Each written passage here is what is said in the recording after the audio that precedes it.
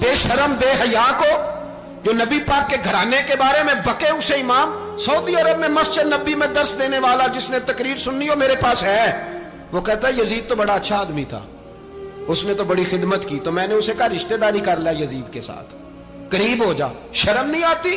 آج بھی نبی پاک کا دل دکھاتے ہو، حیا نہیں آتی، خیال نہیں آتا؟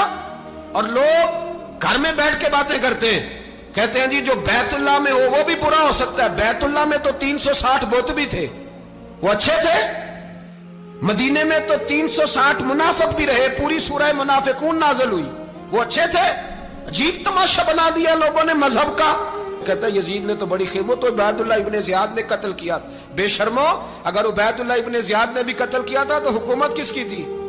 تو پھر یزید نے عبید اللہ ابن زیاد کو سزا کیوں نہیں دی؟ بلکہ ایک جگہ 2 گورنریاں دی اس کو، یہ حال کیا۔ بلکہ سنو کہ یزید چھڑیاں مار رہا تھا، چھڑیاں امام حسین کے لبوں پہ، تو نعمان بن بشیر صحابی تھے، بول پڑے، کہنے لگے او یزید بدبخت، ہاتھ پیچھے اٹھا، مجھے اللہ کی عزت کی قسم میں نے سینکڑوں بار نبی پاک کو ان ہونٹوں کو چومتے دیکھا ہے۔ حضرت جناب زینب عورتوں کے مجمع میں پیچھے ہو کے بیٹھی ہیں، یزید کے پاس جب پہنچا لشکر تو یزید کہنے لگا دیکھو اللہ نے مجھے عزت دی اور میرے مخالفوں کا کیا حال ہوا۔